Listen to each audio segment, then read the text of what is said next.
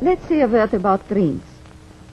We all have thoughts which we never knew we had. They are too uncomfortable, too incompatible with our adult self to be remembered. Yet they are often disturbing, rumbling under the surface like lava in a volcano. The dream is the royal road to these thoughts, the royal road to the unconscious. This is the story of how Sigmund Freud's ideas about the unconscious mind were used by those in power in post-war America to try and control the masses. Politicians and planners came to believe that Freud was right to suggest that hidden deep within all human beings were dangerous and irrational desires and fears. They were convinced that it was the unleashing of these instincts that had led to the barbarism of Nazi Germany. To stop it ever happening again, they set out to find ways to control this hidden enemy within the human mind.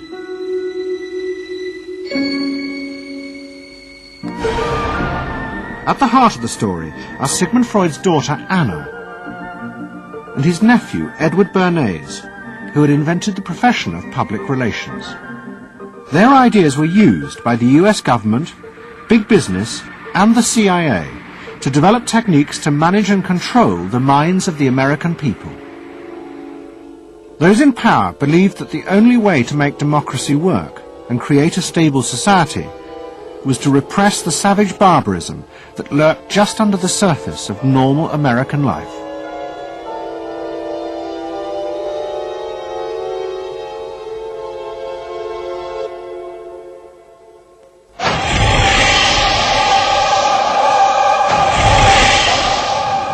The story begins in the middle of the fierce fighting of the Second World War. As the fighting intensified, the American army was faced by an extraordinary number of mental breakdowns among its troops. 49% of all soldiers evacuated from combat were sent back because they suffered from mental problems. In desperation, the army turned to the new ideas of psychoanalysis. They made a film record of the experiment using hidden cameras. It says here on your record that you had headaches and that you had crying spells. Yes, sir. I believe in your profession is called nostalgia. In other words, homesickness. Yes, sir. Mm-hmm. It was induced when, shortly before the war, I received a picture of my sweetheart. Yes.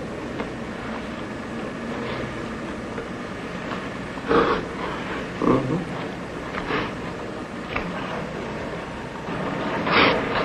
I'm sorry, I can't continue. That's all right. It was the first time that anyone had paid such attention to the feelings and anxieties of ordinary people.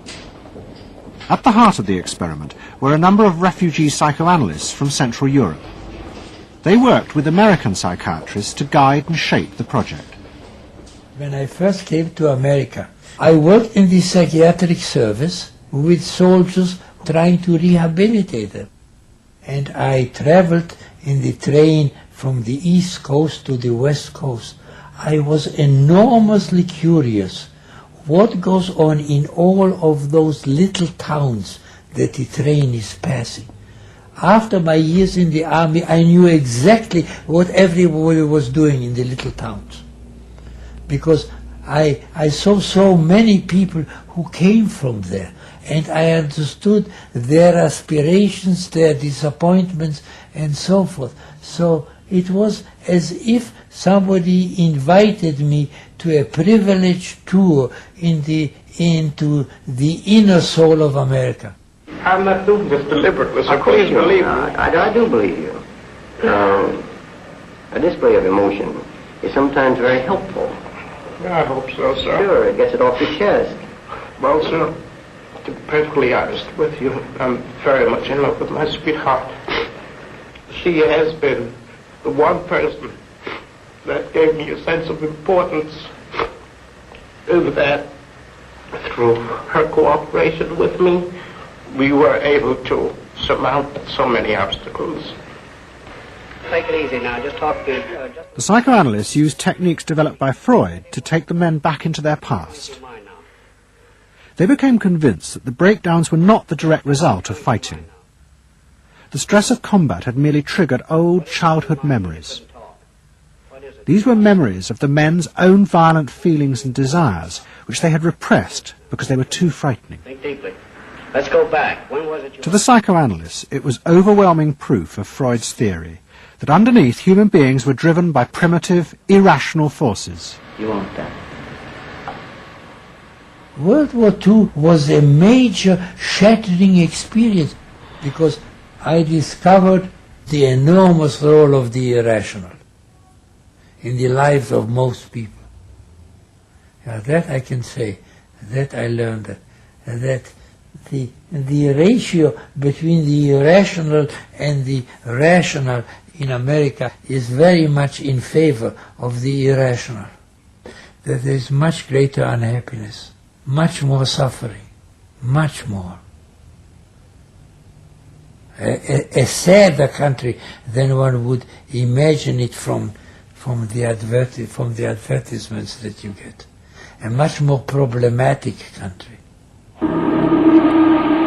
Victory in the Second World War was celebrated as a triumph of democracy. But in private, many policymakers were worried about the implications of the analysis of the soldiers. It seemed to show that underneath every American were irrational, violent drives. What had happened in Germany seemed to bear this out. The complicity of so many ordinary Germans in mass killings during the war showed just how easily these forces could break through and overwhelm democracy.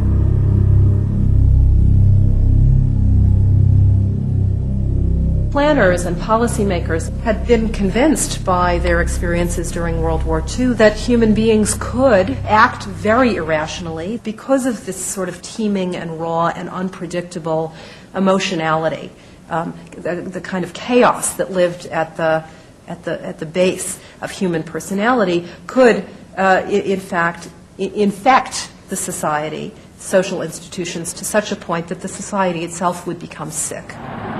That's what they believe happened in Germany, in which the irrational, the anti-democratic, went wild. Well, it was a vision of human nature as incredibly destructive, and they were terrified that Americans would in fact behave that way, or were capable of behaving that way, and they wanted to avoid a rerun of that. So what is needed is a human being that can internalize democratic values so that they are not shaken with the storm. And psychoanalysis carried in it the promise that it can be done.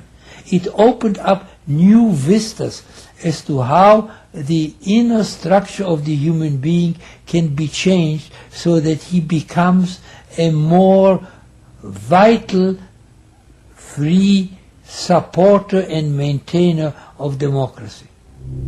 The psychoanalysts were convinced they not only understood these dangerous forces, but they knew how to control them too. They would use their techniques to create democratic individuals, because democracy left to itself failed to do this.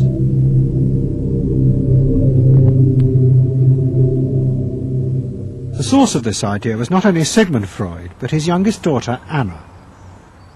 She had fled with her father to London before the outbreak of war, and after he died, Anna Freud became the acknowledged leader of the world psychoanalytic movement.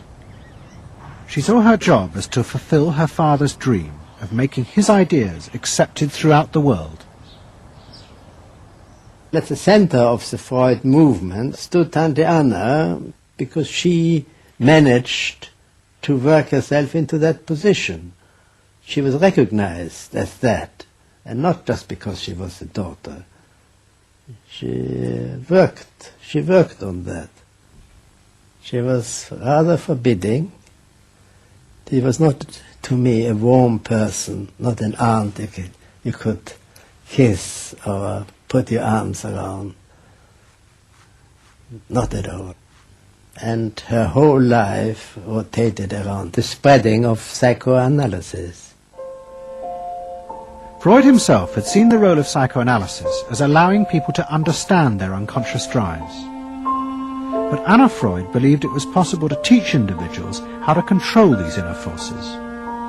She had come to believe this through analysing children, above all the children of her close friend, Dorothy Burlingham.